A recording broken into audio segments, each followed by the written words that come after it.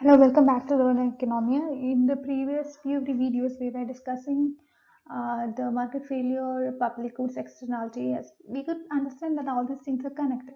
In this video, what we are going to do is we are looking into the possible market failure and its consequences. Since the topic is a bit large, what I've done is that I have divided this topic into different segments so that that will be easy for you to understand it bit by bit.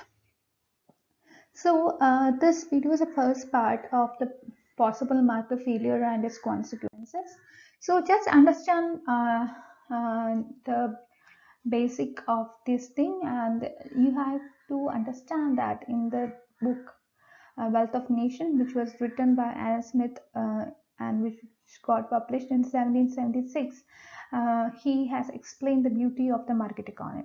And in a market economy, which is guided by the motive of self-interest, individual decisions collectively would determine the economy's allocation of scarce resources through free markets for social good.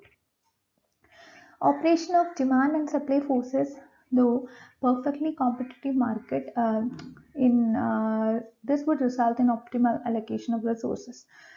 And this is why it is said that a perfect market will lead to a social efficient kind of situation, and this will lead to maximum social welfare.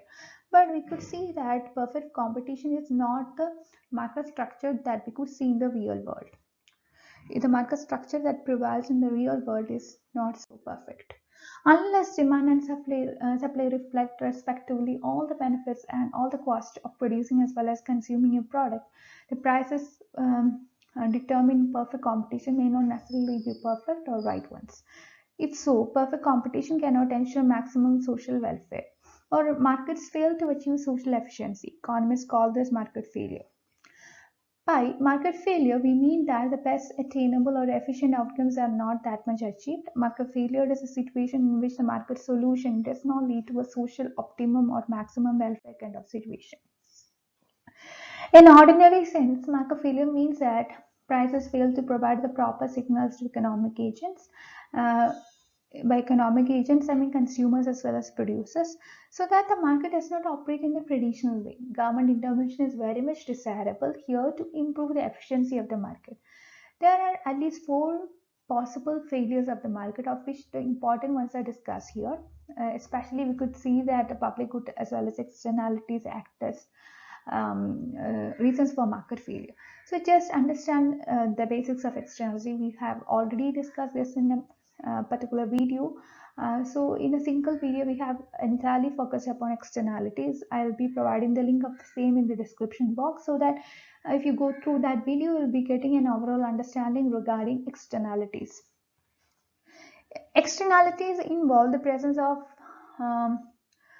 a decision making by one economic entity affecting another economic entity. So there can be positive as well as negative externalities.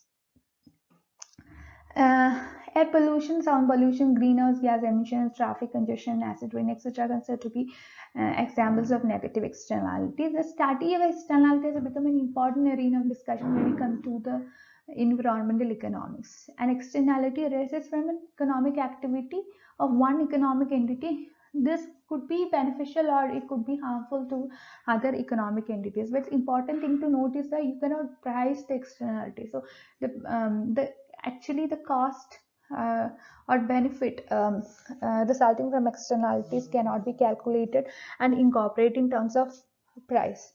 Beneficial externalities or positive externalities are often termed external economies, and harmful or negative externalities are known as external diseconomies. Such externalities, both economies as well as diseconomies, can arise either as well in production or consumption or both. It could be pointed out that one of the key features of externality is that it takes two to tango. This is what is told by Baumol, and this means that there are two parties in any external effect, and one of the parties, if they are removed, external effect will disappear. And this is because when there are two parties, the one party suffer or benefit as a result of the action taken by the other. That's why, or the decision taken by the other. So if one is removed, there won't be any externality. People affected by any kind of pollution blame the polluter. An externality is thus a side effect of production and consumption. Such kind of side effects could be good or bad. If it is good, we call it as economies, or if it is bad, we call it as diseconomies, right?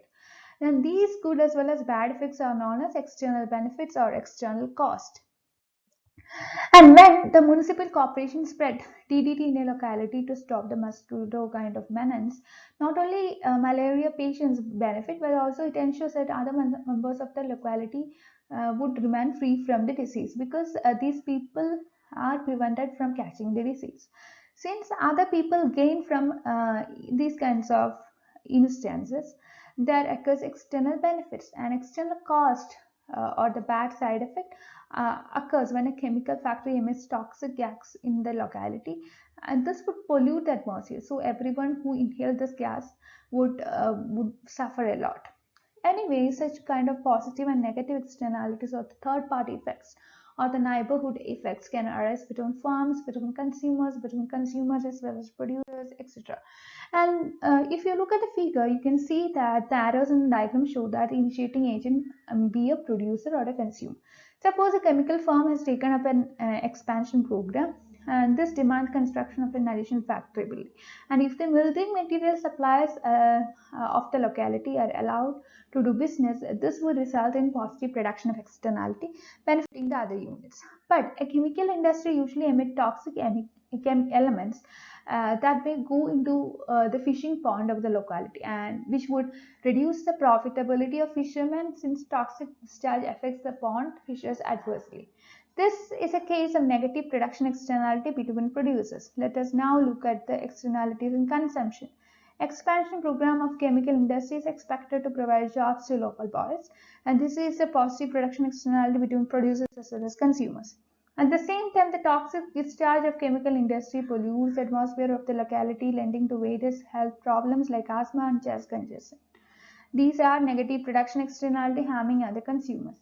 A positive externality generates net external benefits, and negative externality produces net external cost. Anyway, externalities have side effects or spillover effects, or this is known as neighborhood effects or third party effects. This is because parties other than two primary participants in the transaction are also affected. So that's all for today.